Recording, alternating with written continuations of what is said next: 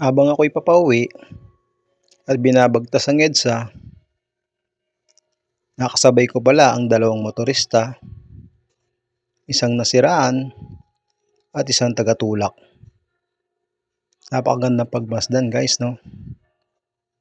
Na meron talagang taong nakandang tumulong sa iyo sa oras ng kagipitan, sa oras ng pangangailangan.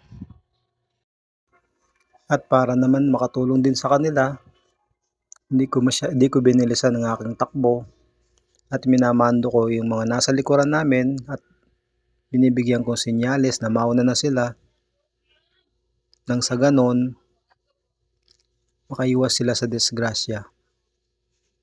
Diba napakagandang pagmasdan guys, no? Ito ring nasa likod ayan, oh. Naka signal light din siya, naka hazard din tong sumusunod din sa kanila. Napakagandang pagmasdan guys na imbis na magsuntukan, diba guys? Mas mainam na magtulungan. Kasi tayo pa rin talaga naman na magtutulungan sa kalsada, mga kamotorista. Nawa nakarating kayo ng safe and naging maayos sana yung motor mo kuya. Pagpalain kayo at ingatan lagi ng Panginoon sa bawat mga biyahe natin.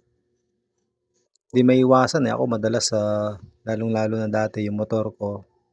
Salamat sa Diyos at may mga tumutulong talaga.